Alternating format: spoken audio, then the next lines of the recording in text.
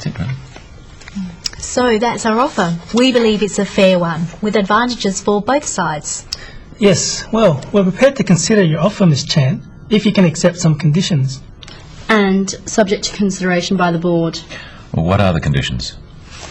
Well, firstly, the price you're proposing, would that be variable depending on currency fluctuations?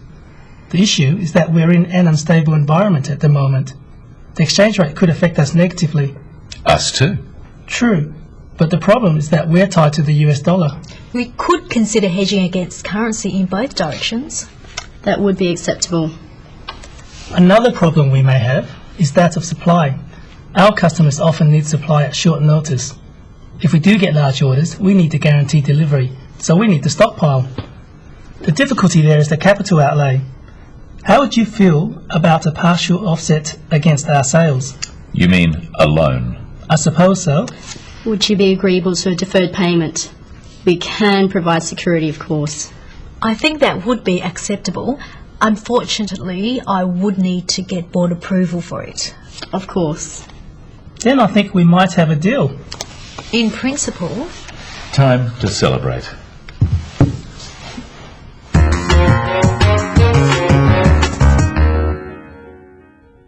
In negotiations, it's usual for each side to have conditions that make the deal better or safer for them. A condition is a change in the terms of a deal which is necessary before one side or the other agrees. Yes, well, we're prepared to consider your offer, Ms. Chan, if you can accept some conditions. And subject to consideration by the board. Notice that Victor uses language carefully.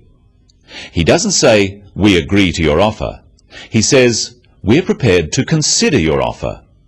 He is signalling to the other side that there is a chance for agreement by using the word consider, which means think about. He then makes this conditional by saying, "if you can accept some conditions." In English, using the word if in this way is called a conditional.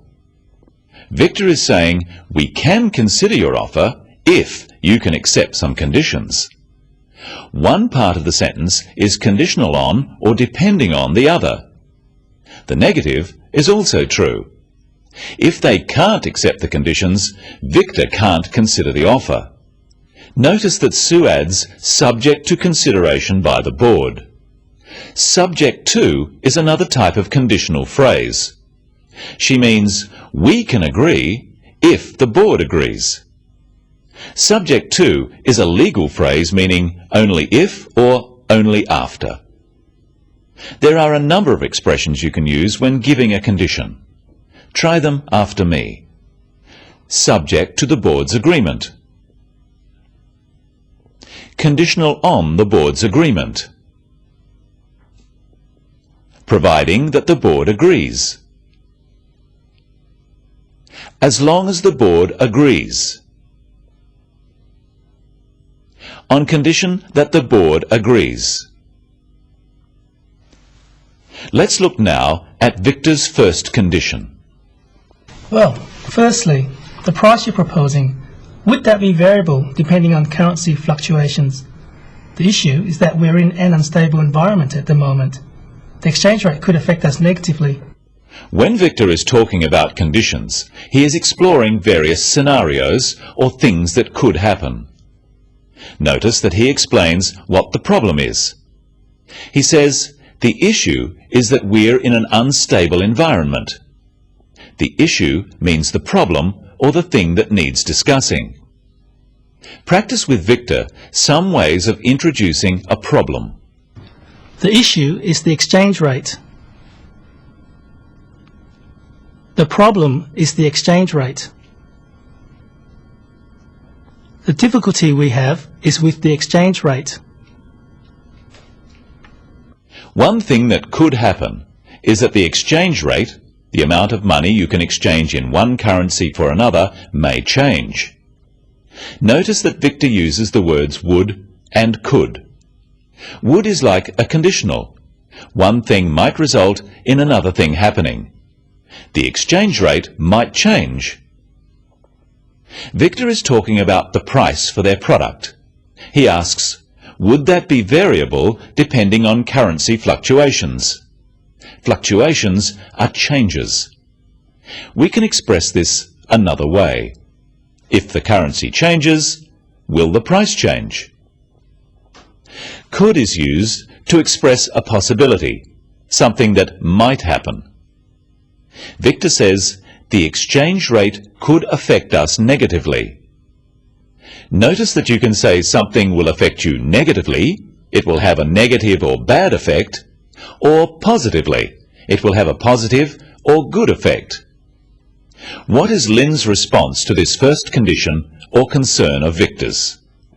We could consider hedging against currency in both directions. That would be acceptable. Like Victor, Lynn is being careful. She uses the word consider rather than just agreeing. She's waiting until the whole deal is clear. We can give both questions and answers using these could and would phrases. Practice them after Lynn and Victor. Would you consider hedging against currency? Would you agree to hedging against currency? We could consider hedging against currency. We could agree to hedging against currency. Sue comments, that would be acceptable.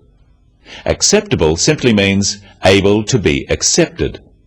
They can agree to this solution.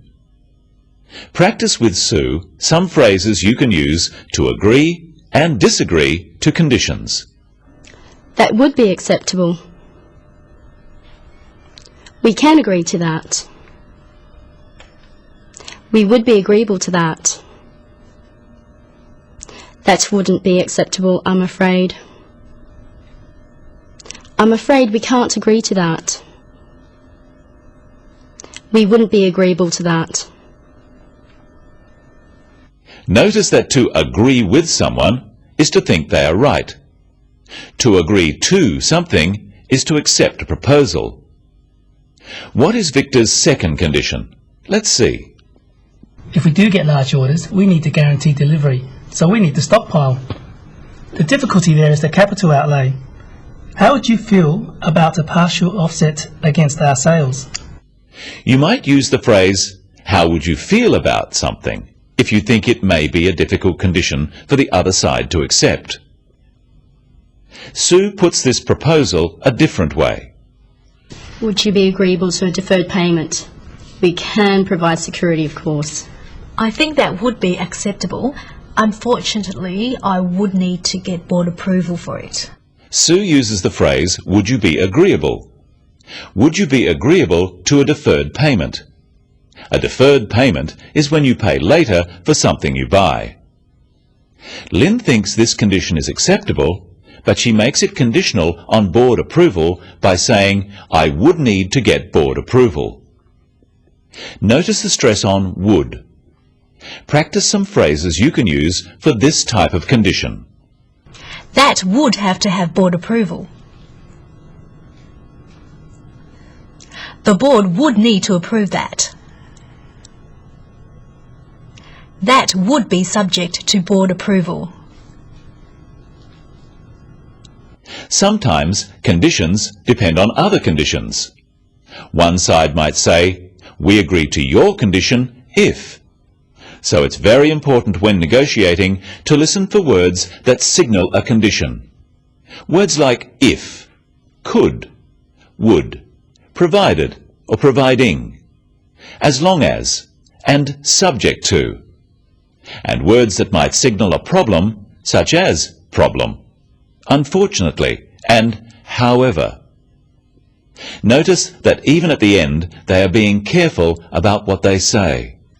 Then I think we might have a deal. In principle, Lynn agrees in principle.